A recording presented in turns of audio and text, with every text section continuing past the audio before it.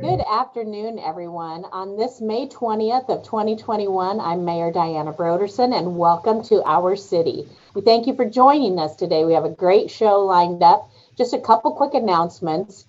COVID vaccines, as you know, are open to anybody 12 and up. Call your local pharmacy or healthcare provider, and they'll be able to give some ideas to you on where to go for that. But to that end, Wester's doing some creative things. So they're doing Pfizer Fridays starting this week, starting tomorrow from 10 to 5:30, walk-in basis. Anybody can go to Wester Drug, just walk on in during those time frames, 12 and up, and get your vaccine. And that would be the Pfizer one, and you get one, and then 3 weeks later you get another one. And they're going to be doing some Johnson & Johnson and Moderna ones too. We'll have more information coming out on that. But I did want to give everybody, excuse me, a quick update. Next Thursday is the Almost Friday Fest. It's from 5 to 8. It's going to be the first one of the year. Everybody's excited. It's outside, so we know that's a pretty safe event. So there's going to be a May, a June, a July, a August, and they're even going to do an Oktoberfest in September. So that'll be really fun. So be watching for that. Come on down to the riverfront, bring your kids, bring your parents, bring anybody there is, and it's always a good time. Well, I would like you to join me in welcoming Rick Gosney. He is the Rotary of Muscatine current president, and he chose 2020 to be the president of Rotary and get to experience all these wonderful changes that we've all had in our lives. Thank you, Rick, and welcome. Thank you so much. It's great to be here. What a year you picked. You didn't, usually the Rotary president gets to go on a nice international trip and meet with other Rotary presidents. You probably got gypped out of that. And then all the meetings were virtual, but they've just went back to hybrid, haven't they? Yes, we are so excited. May 10th, so 10 days ago, we had our first in-person meeting for the last 14 months or so. But they are, even though they're in person, we are also doing them as hybrid meetings, which allows some of our members to also participate virtually via Zoom. That's really helpful, because I think as we're finding, in our world today, everybody's comfort levels are just a little bit different. And if we can accommodate everyone, that's a win-win. Absolutely. I think so. The numbers have been interesting. We had right around 25 members in person, and somewhere in the range of 6 or 7 have participated via Zoom. Some of them because geographically they're out of the area, so this is a great chance for them to stay connected with the club. Or we've had a few who have just had meetings stacked up on top of each other and just didn't have time to make the drive for a lunch meeting. And we do have a few folks that are still a little bit uncomfortable, or perhaps are not fully vaccinated, but are just choosing to participate via Zoom for now, but hope to be able to return in person eventually. And that's okay. We welcome everybody with whatever reason it is, but I have found, as far as myself, even, having guests on the show, it's really can be handy having the virtual, because you can get speakers from out of town too. Yes, we've had a number of our speakers that have actually been international speakers. So it's been obviously there have been challenges, but there have been some positives to it as well. It's opened up our ability to have speakers from virtually anywhere in the world. One little silver lining to the past year, anyway. Yes, exactly. Can you tell us a little bit, Rick? And I've been a Rotary member for I don't know, maybe 10 years. But can you tell us what is Rotary all about? What's the mission? I know people meet and have lunch and talk once a week, but can you share with the public a little bit about, really what is the foundation of Rotary? Absolutely. So Rotary it's an international service club made up of people from all industries. We do have a number of folks that I would consider to be leaders in the community that are members, and it's great to have them involved. We also have folks who are members of nonprofits, and we have a number of actually retired folks that are still with us. But the main focus for Rotary is basically bettering the world. One of the major international focuses has been the eradication of the polio virus, and Rotary Club has had a great deal of success in making that happen. Actually, they're down to 2 countries that still have active live polio virus going on, and working hard to make that go away as well. But the club, whether members join us to have a networking opportunity or to get involved in the community, we can offer all of those things. Our motto is service above self, and I think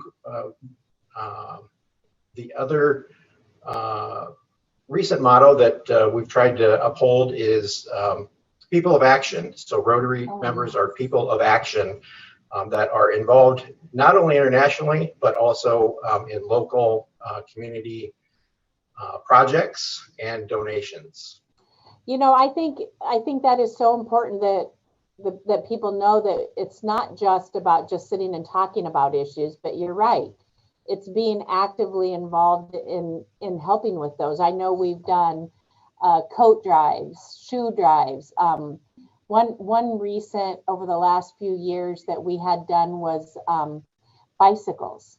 Yes. Getting bicycles for folks in other countries. It's hard for us sometimes, I think, to imagine that it could be life and death to people to be able to have transportation, and a bicycle is the thing.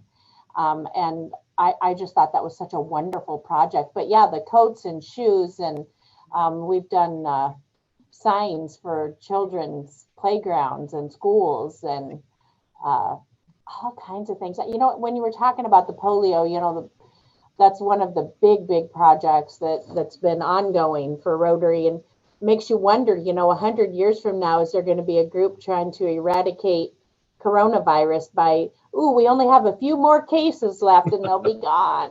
That would be nice. That would be wonderful. That would be. So how many people are in Muscatine Rotary? So we currently have 62 members. And I double checked on kind of our numbers before we met. So we have 38 men and 24 women that are members today. And women haven't always been welcome in Rotary, and that's not been all that long ago, but it's wonderful now that it's open to anyone. That's true. We so a year ago, actually it was February 1st, I think, of last year. So right before the world came to a stop, the club celebrated its 100-year anniversary with a very nice ceremony at the Merrill. And at the ceremony, we had a few of our past presidents come up and visit or say a few words. And it was really interesting to hear from a couple of our lady members that were original. They were the first females to be members of the club. So it certainly hasn't been that long ago, but it's great to have them as part of our club. I don't know what we would do today without our female members, for sure. That was a wonderful celebration, the 100 years, and hearing all the things that the Rotary Club of Muscatine has been able to contribute to the city of Muscatine and the region, the county, because we have people. Well, there's a Rotary Club in Wilton too, right? I'm not sure if there is in Wilton. Or is it West Liberty? West Liberty does have a club, yes. Yep. Yes. But one thing is, if you belong to one Rotary, you're welcome to go to any, right? Yes, absolutely encouraged to be a visitor. And from an attendance standpoint, if you can't make it to your club, your local club, you can be a guest and still have that count toward your attendance record. So how could people find out more about Rotary? Where would you steer them to? The website, the Facebook page, calling? What would you suggest?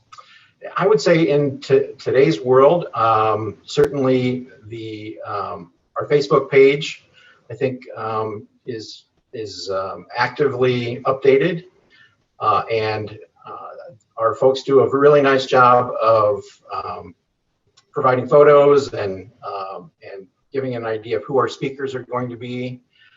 So we encourage folks that are not members to come in and to be guests, and we'd love to have folks come and check us out. Come visit for a couple of visits and see if they'd like to join us. There's certainly no pressure, but that would be a great way to kind of get an idea of how the club works and see how friendly everyone is. That's what I was going to say a bit ago. I have made so many friends through Rotary, and I feel like we're all just friends with each other there. And I think anybody who would want to come to a meeting would be hard pressed to find somebody to walk into that meeting and not know somebody that's there. I agree. Because we are so diverse in the group that we have, but yet we can all come together and work together for service. Absolutely. And it's interesting, just this past Monday, we did not have a speaker, which we typically do. We had more of a social time frame, and really the timing couldn't have been better. I think everyone is just so thrilled to be able to meet in person, and it was a great opportunity for our folks to get to know each other again and reconnect in person. We did have a pretty good number of members that stayed with us, as far as active via Zoom, but not everyone is comfortable with that format, and so it's really been great to see our folks who haven't been able to make it to meetings for quite some time. So can you share when the meetings are, where and when, if somebody wanted to come try us out? Absolutely. So it's every Monday at noon at the Rendezvous. Okay. So if they wanted to come and just check us out, they could just come, and we serve them lunch. We do. Yes. So they could come and have lunch and typically hear a guest speaker. If I remember correctly, is it Tony LaConsole next week? Yes. Yes, okay. It is. Going to talk about the school district. Yes. Very good. So is there a spot that people can go and see who the upcoming speakers are? So our website does get updated, or does show who the speakers are going to be for the next several weeks. Okay. So that does get updated, and also the Facebook page does get updated, at least for who's going to be the speaker coming up the following Monday. I think people would be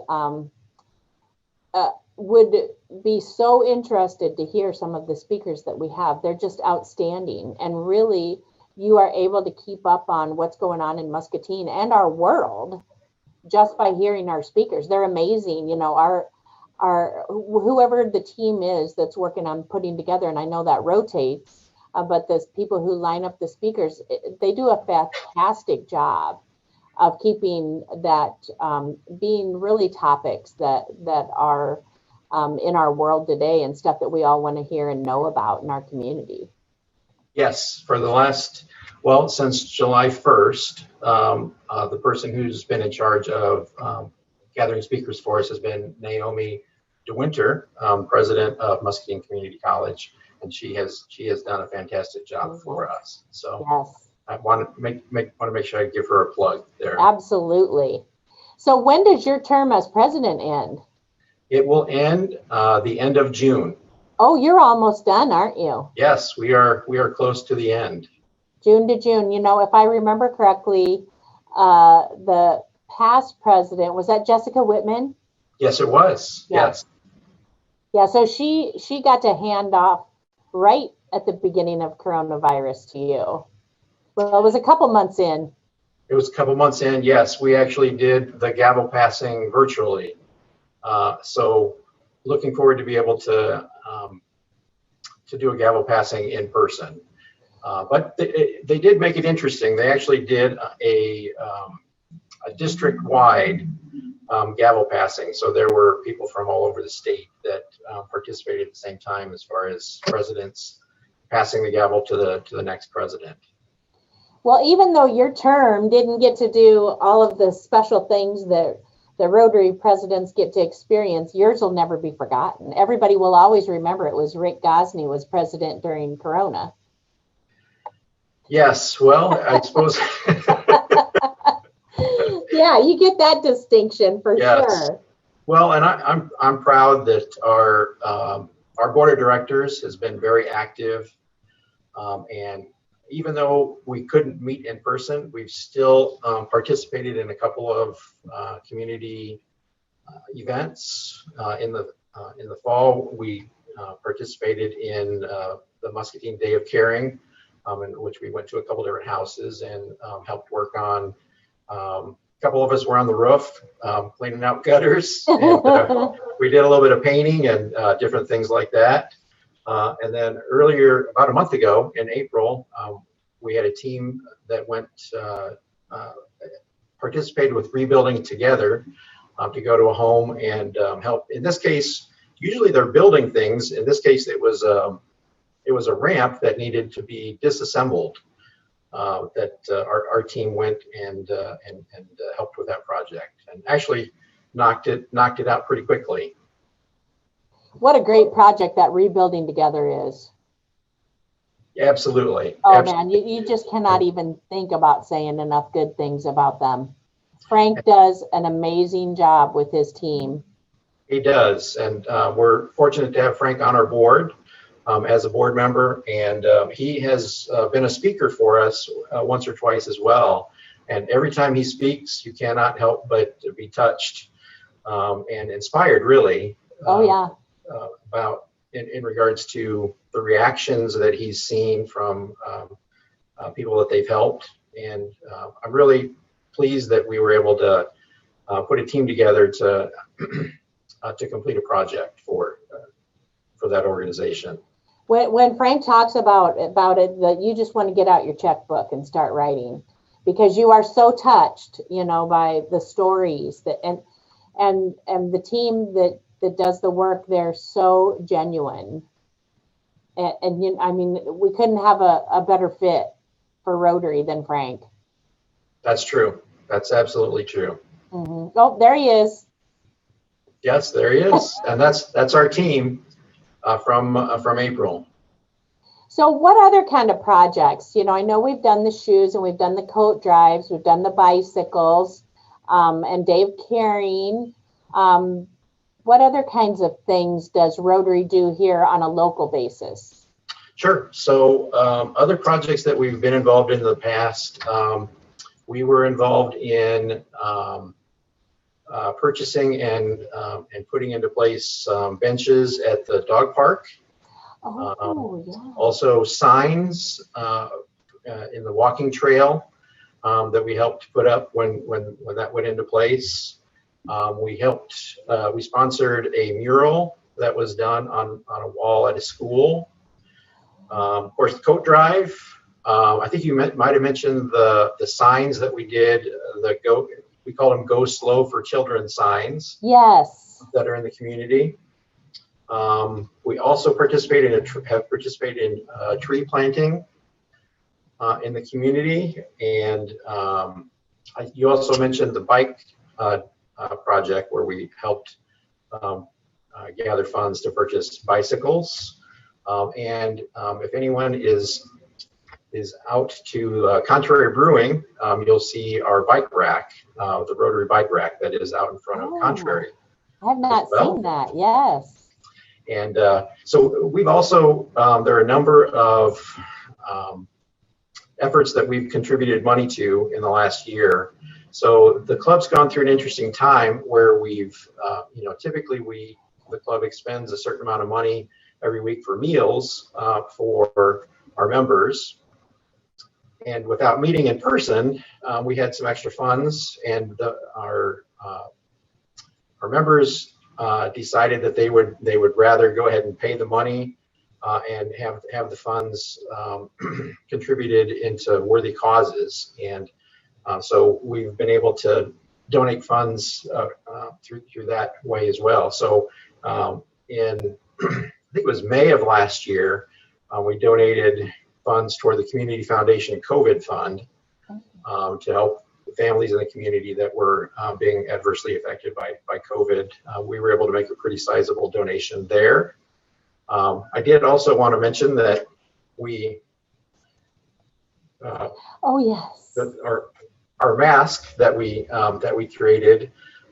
So I think it was 250 masks that the club commissioned, and we were able to give those out to organizations in the community as well. And each of our members had one as well, and were encouraged to wear them in the community. So that was something that was kind of near and dear to my heart. A couple of other things. We have been able to participate in a couple of grants. So through the Rotary Foundation, basically the club applies for a grant in which the club provides a certain amount of money, and those funds are then matched by the Rotary District, and for international, they're also matched by the Rotary Foundation. So we've participated in a couple different global projects in India that have involved rainwater harvesting. And that project was kind of spearheaded by one of our members, Dr. Manasi Nadkarni, who is from that area and has traveled there to see our projects in action. She was actually just there, I want to say 2 months ago, perhaps, to see the latest project. And she will be our speaker. I believe it's in 3 weeks. Oh, very good. Our speaker to provide photos, and of course she has moved away from the area, so that's another example of how the Zoom meeting is wonderful to keep to allow her to stay connected. So she'll be presenting virtually to us that day and giving us an update on the project. So that is a grant that is approved and ready to go. In that situation, the club donated $2,500. That was matched by the district, which was also matched by Rotary Foundation. So that was $75. It was leveraged into $7,500 donation just from us. There were some other clubs in the country that were also involved in an area that really very much needs it, just because of their climate. They have challenges with having drinkable water during their dry periods. What I really loved about that project, because it was such a big project, I know it took, we've been talking about it for quite a while, yes, putting that into place. But what I really loved about it is it wasn't us just taking water and giving it to them. It was us helping them build wells so they would always have water. Yes, and in a couple of situations. Amazing. Yes, in a couple of situations, it was actually wells or reservoirs that they had in place, and it was a matter of desilting. They just have filled up over time with silt, and just could not afford to have the job completed. And that's where Rotary has been able to step in and really been a driving force for them. And to speak with especially our contact in India, she's been very, very appreciative and excited about being able to do this for her area. And I just think when you can leverage projects like this, or the bikes, we're not just giving them, the resources, but giving them something that's going to help them be self-sufficient. We're helping provide a means for them to be able to troubleshoot the problems that they're having so that they can do what everybody wants, which is be self-sufficient. Yes, and that's actually one of the key pillars of the application process. In order to get a grant approved through Rotary, you have to be able to show that it's sustainable, that there are people on hand who are going to be able to carry on and make sure that it's not a project that is a one-time deal and then goes away. Yeah, they're great projects. I think we could talk for a long time about all the different ones, and what is so nice, even I think with the coat project, and when we were collecting money for shoes, by being able to take what we could collect locally, then getting a district match and even an international match, we're able to stretch those fundraising dollars so much farther. Yes, absolutely, and that's where the organization of Rotary really has wonderful structure in place to be able to leverage funds and to make sure that even bigger projects can be handled that you really wouldn't think as a small club in Iowa that you would be involved in. Yeah. The other thing I really like about it is the club has enough people in it. I mean, we want more and more and more. But when there is a larger amount of people in the club, if you're partial to one particular service and maybe not as much the other, you don't have to be involved in every single thing that they do. You can pick those things that are close to your heart and be able to spend more time, and other members have other things that are really important to them, but by having a larger group, we're able to meet all of those needs. No question. And we definitely do. I think every club has a mix of members that some really want to get involved and work physically in service projects, and some are less comfortable with that and would prefer to be involved financially, perhaps, or again, just helping get the word out. So a good example of helping to get the word out is a blood drive that we're going to be participating in with the LULAC Club coming up in early June. And really most of what we're going to be trying to do is just spread the word within the community and make sure that that people know when it's happening and where, and there certainly is a need for blood donations. There's no question about that. Oh, absolutely. Absolutely. This is definitely the time. Not only do they need it, but they probably have less donors during this time. People have been, staying at home, and yes. I know that this is certainly a need. And that's one thing that Rotary is best at doing. When they see or learn of a need, they raise their hand and say, how can we help? That's true. Yep. So are there other projects coming up that we haven't talked about, or anything on the horizon that you'd like to share? Well, I would mention that, so historically our club has also provided scholarships for graduating high school students. Mm-hmm. So I believe that we have our current scholarship recipients chosen. So we provide five scholarships in the amount of $1,000 for each of the 5 students, and I believe 3 of the 5 are designated for students that will be attending Muscatine Community College. Oh, very good. And then the other 2 are for students who are choosing to go elsewhere, but that are still outstanding students, certainly in Muscatine. So we're thrilled to be able to help the community in that way as well. Oh, absolutely. Any help we can give in that direction. And if you have since this year's already been chosen, we like as you say, we've been doing this every year. So if you've got a junior or sophomore coming up the ranks, this would be the time. Yes. Make sure you keep that in the back of your mind so they can get applied for that. Yes, make sure they apply. I guess the other thing I would mention is April 1st, when we were one of the biggest things that our board has struggled with for the last year is when do we believe that we could return to in-person meetings safely?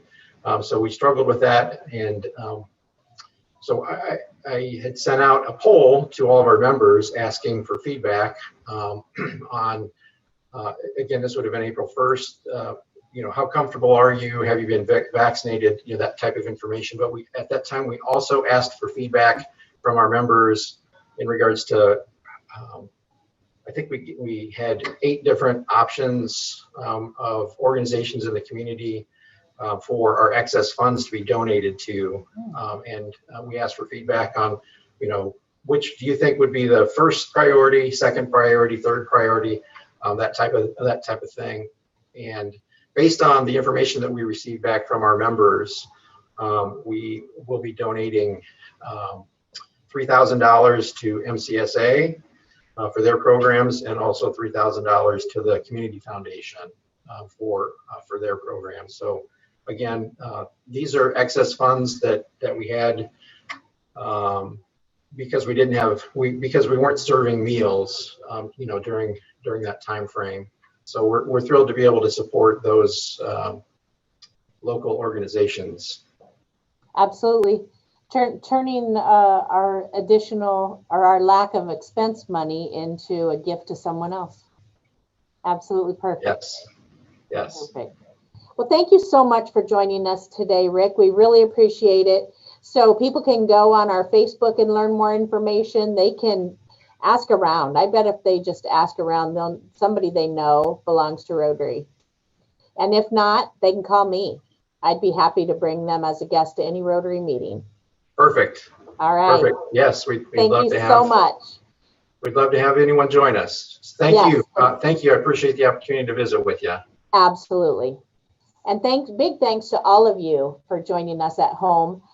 Next week, we're going to have our monthly Grandview Revitalization Project update. So we'll have guests coming on next week. We have been having Nadine. We had Nadine and Councilwoman Brockert, Councilwoman Gordon.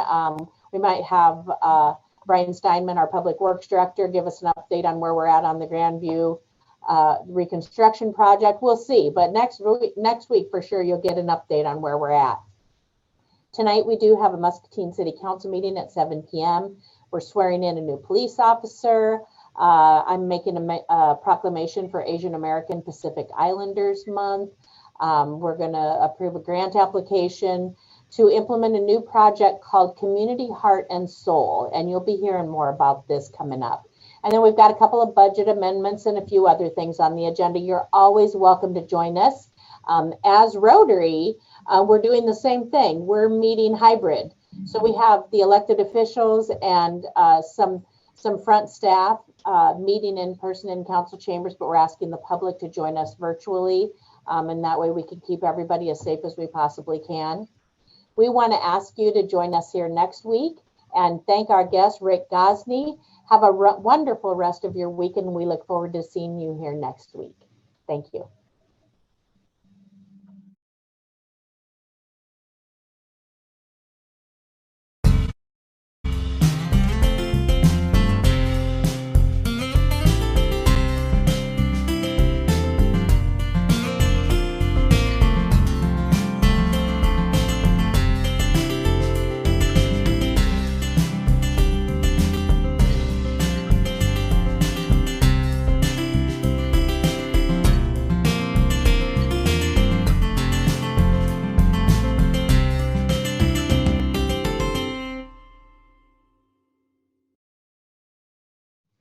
P.m., then 7 p.m. at night, and then at 10:30 at night.